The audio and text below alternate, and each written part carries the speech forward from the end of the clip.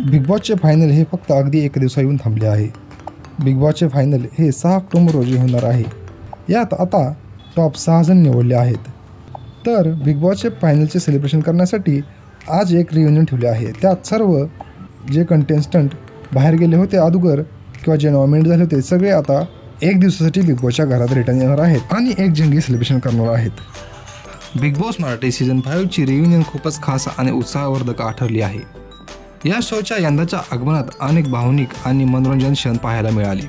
अरबाजने घरामध्ये एंट्री करताच त्याने निकीला गळमिठी मारली आणि तिला घरात घेऊन गेला आणि निकीचे हात हातात घेऊन अश्रू अनावर करून बोलू लागला। निकीला वाटत होते की अरबाजची बाहेर कोणतरी गर्लफ्रेंड आहे।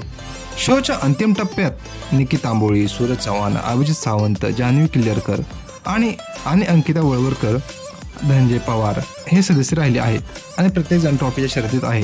या रियुनियनमध्ये घरातील सदस्य आणि त्यांचे फॅन्स यांच्यासोबत एक खास सेलिब्रेशन आयोजित करण्यात आले आहे।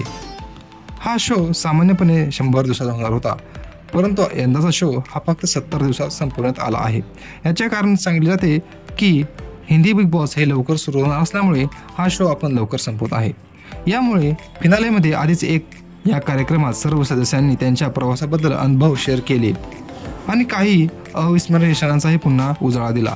शोमधील एक विशेष आकर्षण म्हणजे निकीने अरबाजच्या कोटवरील बाई नावाचा बॅच चर्चेचा विषय ठरला होता, ज्यामुळे निक्कीच्या सुरुवातीच्या संवादांची आठवण झाली। या रियुनियनमध्ये त्यांच्या नात्याबद्दल चर्चा झाली आणि चाहत्यांच्या मनात या जोडीबद्दल असलेली उत्सुकता अधिकच वाढली।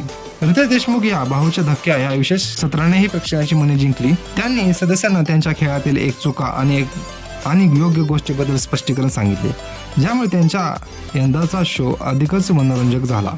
अशा प्रकारे बिग बॉस मराठीचे 5चे रियुनियन एक आनंदी भावनिक कार्यक्रम ठरला, ज्यात घरातील सदस्यांनी एकमेकाबद्दल भावना व्यक्त केल्या आणि त्यांचा असेच नवीन व्हिडिओ पाहण्यासाठी आणि मराठी माणसाला सपोर्ट करण्यासाठी आपल्या चॅनलला लाईक, शेअर आणि सबस्क्राईब करा। धन्यवाद।